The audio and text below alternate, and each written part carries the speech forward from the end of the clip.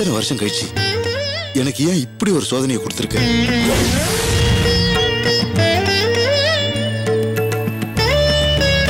அம்மா, இன்னைக்கு என் புள்ள திடீர்னு போன் பண்றான். நான் என்னைக்கோ செஞ்ச தப்புக்கு என் மனசாட்சி உறுத்துது. இந்த விஷயம் இப்ப வெளியே தெரிஞ்சா என் புள்ள முகத்திலையும் என் பொண்டாட்டி பவள முகத்திலையும் நான் எப்படி முடிப்பேன்?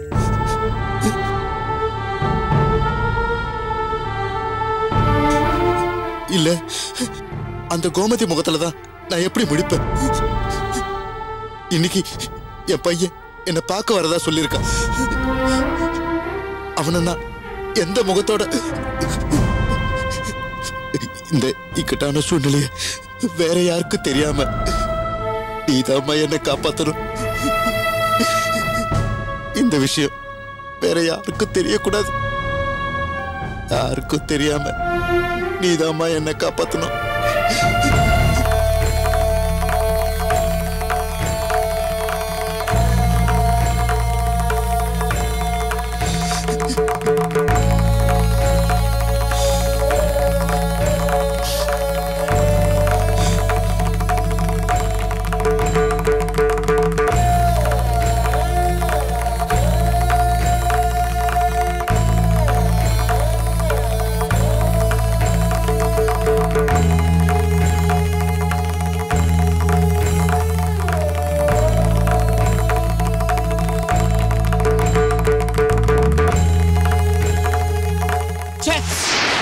தினேஷ், என்னாச்சு?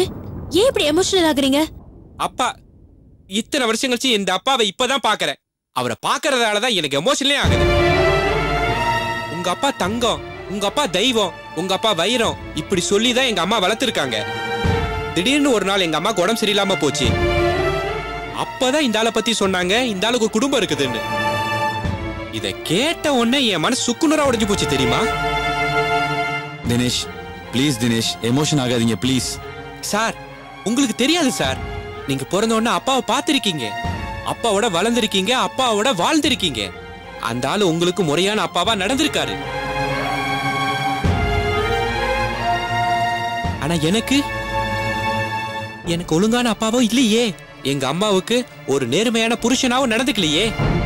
அந்த ஆள தினேஷ் ப்ளீஸ், தினேஷ் விடுங்க. தினேஷ் ப்ளீஸ், நான் சொல்றத கேளுங்க ப்ளீஸ். ரிலாக்ஸ். உங்க ஃபீலிங்ஸ்லாம் எனக்கு நல்லாவே புரியுது.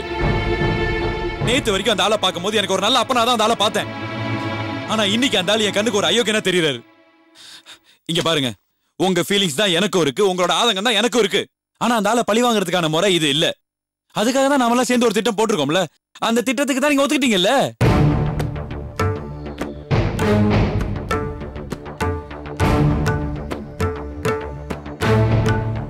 நாம போட்ட திட்டப்படி விக்னேஷ் முதல்ல எங்க அப்பாவை போய் பார்க்கட்டும்.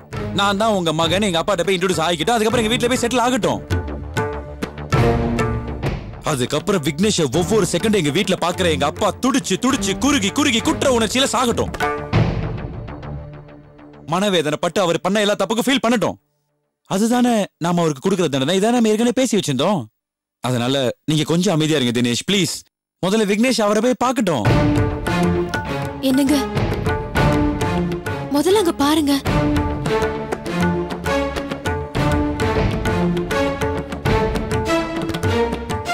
மாமாவை பாருங்க, எவ்வளவு டென்ஷனா இருக்காரு.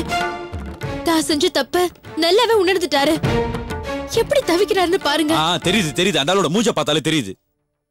எப்ப அந்த ஆள் இந்த கோயிலுக்குள்ளார வந்தாரோ அப்பவே அவர் தப்பு பண்ணிருக்காருங்கிறது கன்ஃபார்ம் ஆயிடுச்சு. ஏங்க, எதுக்கு அதெல்லாம் பேசி டைம் வேஸ்ட் பண்ணிக்கிட்டு? நம்ம பேசுறதுக்கு இப்ப நேரமே கிடையாது. மகனை காணோன்னு அவர் எவ்வளவு தவிக்கிறாரு பாருங்க. விக்னேஷ், நீங்க முதல்ல கிளம்புங்க, போங்க போங்க. சரி.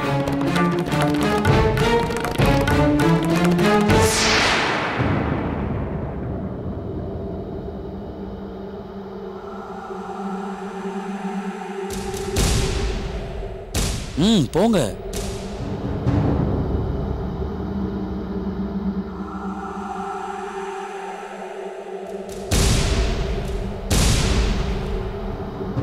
Excuse me, sir.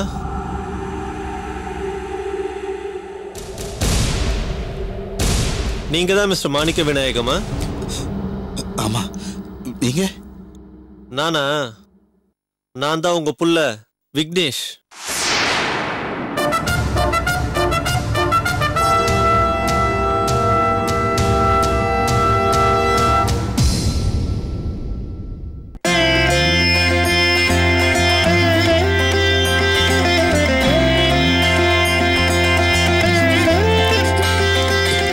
விக்னேஷ் என் புள்ள.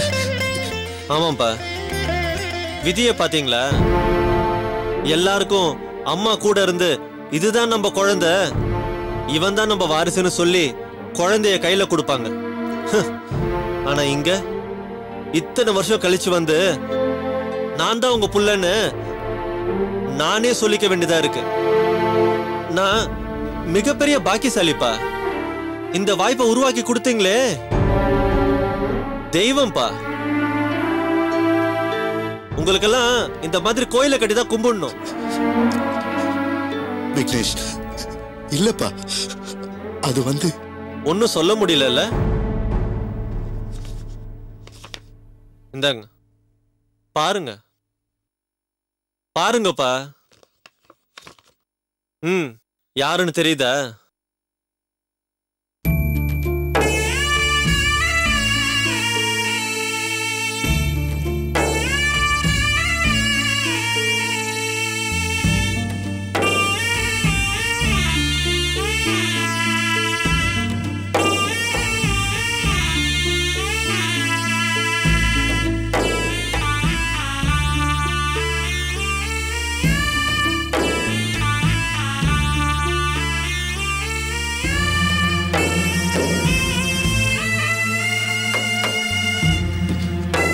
தெரியுதுப்பா, இது என் கோமதி தான்.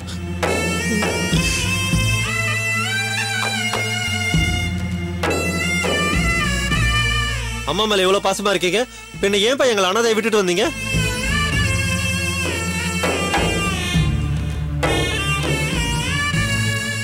சொல்லுங்கப்பா.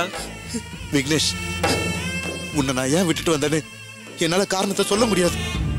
சத்தியம் வாங்கிட்டா உங்க அம்மா, என்கிட்ட சத்தியம் வாங்கிட்டா.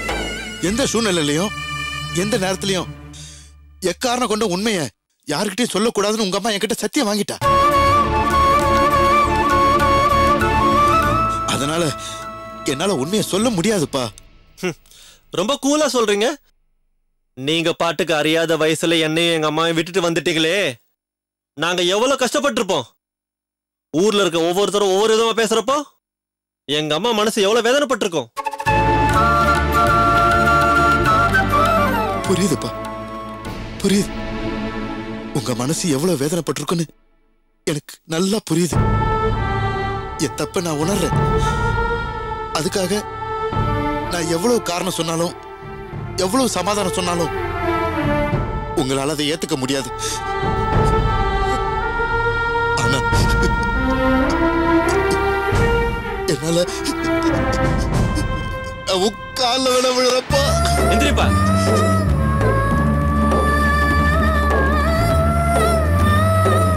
போதும்பா, போதும். நடிச்சதெல்லாம் போதும். என்ன பார்த்த உடனே எமோஷனலா டிராமா பண்றீங்களா? இல்லப்பா.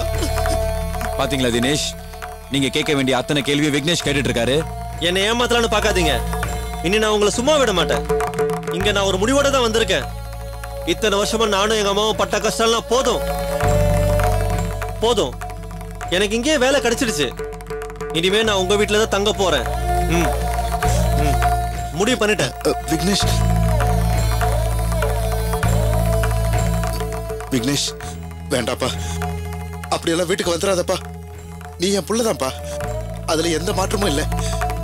நான் உங்க அப்பாங்கிற உரிமையோட நீ என்ன கேக்குற பத்தியா, அது எனக்கு ரொம்ப பெருமையா இருக்குப்பா. கோமதி உன்னை எப்படி ரொம்ப பொறுப்போட வளர்த்திருக்கான்னு நினைக்கும் போது எனக்கு ரொம்ப சந்தோஷமா இருக்குப்பா.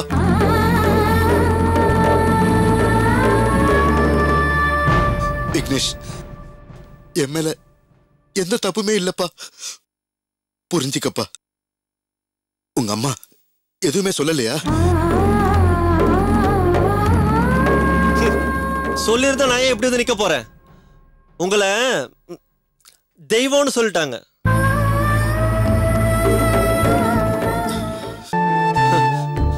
திடீர்னு போன வருஷம் அம்மாக்கு உடம்பு சரியில்லாம போயிடுச்சு.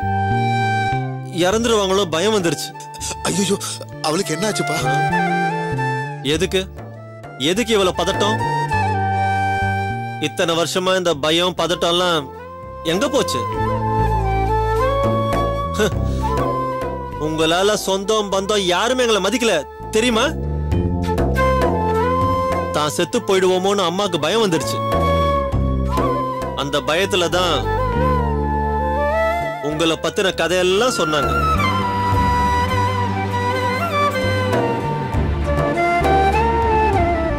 அதுக்கப்புறமா தான் நான் உங்க வீட்டுல வந்து தங்கணும்னு முடிவு பண்ணி நான் சென்னைக்கு வந்தேன். வாங்க போலாம், உங்ககிட்ட பேச வேண்டிய விஷயம் நிறைய இருக்கு. வீட்டுல போய் பேசிக்கலாம் வாங்க. உங்களுக்கு இன்னொரு குடும்பம் இருக்குல்ல, அவங்க என்ன பார்க்க வேண்டாம், நான் உங்களை பார்க்க வேண்டாம். வாங்க போலாம். விக்னேஷ், வாங்கப்பா போலாம். வேண்டாப்பா, வேணாம். நீ வீட்டுக்கு வந்தா பெரிய பிரச்சனை ஆயிடும்பா. அங்க நான் யாரு முகத்திலயும் முழிக்க முடியாதுப்பா. தயவு செஞ்சு என்ன மன்னிச்சிருப்பா. நான் சொல்றத கேளுப்பா. வேண்டாம்ப்பா. அப்போ நான் உங்க வீட்டுல தங்க கூடாதா? எங்க போவேன்? அம்மா என்னவோ சொல்லி அனுப்பிச்சாங்க, நீங்க என்னடா இப்படி பேசிக்கிட்டு இருக்கீங்க? இத பாருப்பா, நீ தப்பா நினைக்கலன்னா நான் வேணா ஒரு யோசனை சொல்லட்டுமா?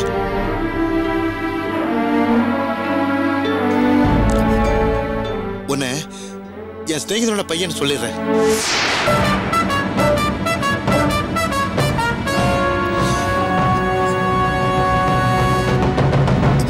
இல்லப்பா, எனக்கு வேற வழி தெரியலப்பா.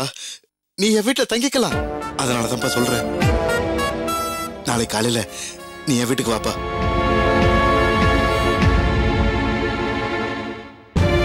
விக்னேஷ்,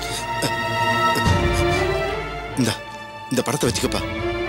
இந்தா புடி, பணத்தை வச்சுக்க. இன்னைக்கு ஒரு நாளைக்கு ஏதாவது ஹோட்டல்ல தங்கிக்க. காலையில வீட்டுக்கு வந்துருப்பா. நான் பாத்துக்கிறேன். நான் வரேன்பா.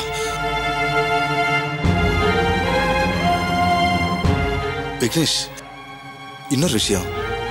நீ வீட்டுக்கு வந்தா தயவு செஞ்சு எல்லாரும் முன்னாடியும் என்ன அப்பான்னு கூப்பிடாதப்பா, சார்னு கூப்பிடு.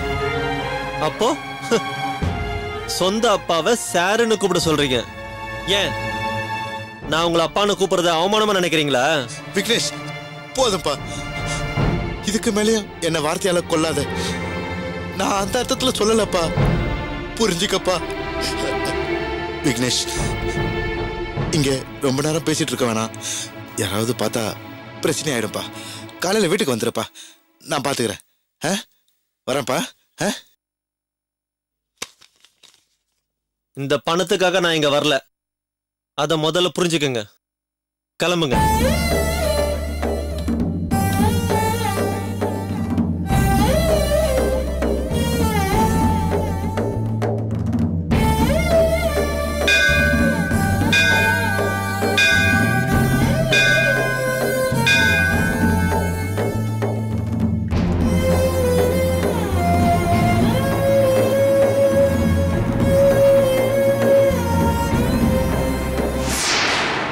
பாருங்க விச்சு, அந்த ஆள் எவ்வளவு சாதாரணமா சொல்லிட்டு போறாருன்னு. அந்த ஆளை தினேஷ் ப்ளீஸ், தினேஷ் இருங்க இருங்க ப்ளீஸ், இருங்க ப்ளீஸ் விடுங்க. என் மனசு கேட்கல. அந்த ஆளை பார்த்து நாக்கு புடிங்கிட்டு சாகுற மாதிரி 4 வார்த்தை கேட்கணும். அந்த ஆளை தினேஷ் ப்ளீஸ், தினேஷ் எமோஷன் ஆகாதீங்க, கோவப்படாதீங்க ப்ளீஸ். Relax relax. ஓகே, அந்த ஆளை இப்படி எல்லாம் விட்டுற கூடாதுங்க. அந்த ஆள் பண்ண தப்புக்கு காலத்துக்கு அவர் ஃபீல் பண்ணி துடிக்கணும். அந்த ஃபீலிங்ல அவர் உங்க அம்மாவை பாக்குறதுக்கு வரணும். அதுக்கு நாங்கெல்லாம் ஏற்பாடு பண்றோம். ஊர் அறிய உங்களுக்கான அங்கீகாரம் கிடைக்கணும். அவர் உங்க ஊர்ல வந்து எல்லாருக்கு முன்னாடி இவர் தான் என்னோட புள்ள, இவங்க தான் என்னோட பொண்டாட்டிங்கறத ஒத்துக்கணும். அது மாதிரி நம்ம பண்ண வைப்போங்க, வைப்போம்.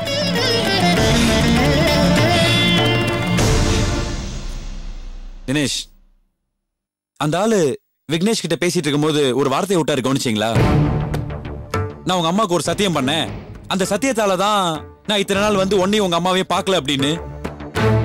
அந்த சத்தியத்துக்கு பின்னாடி ஏதோ ஒரு பிரச்சனை இருக்கு. அது என்னங்கறத நம்ம தெரிஞ்சுக்கணும். விக்னேஷ் முதல்ல எங்க வீட்டுல வந்து செட்டில் ஆகட்டும். அதுக்கப்புறம் படிப்படியா உள்ளுக்குள்ள ஒளிஞ்சிட்டு இருக்க எல்லா மர்மங்களும் வெளியே வரும். நம்மள எல்லாத்தையும் தெரிஞ்சுக்கலாம்.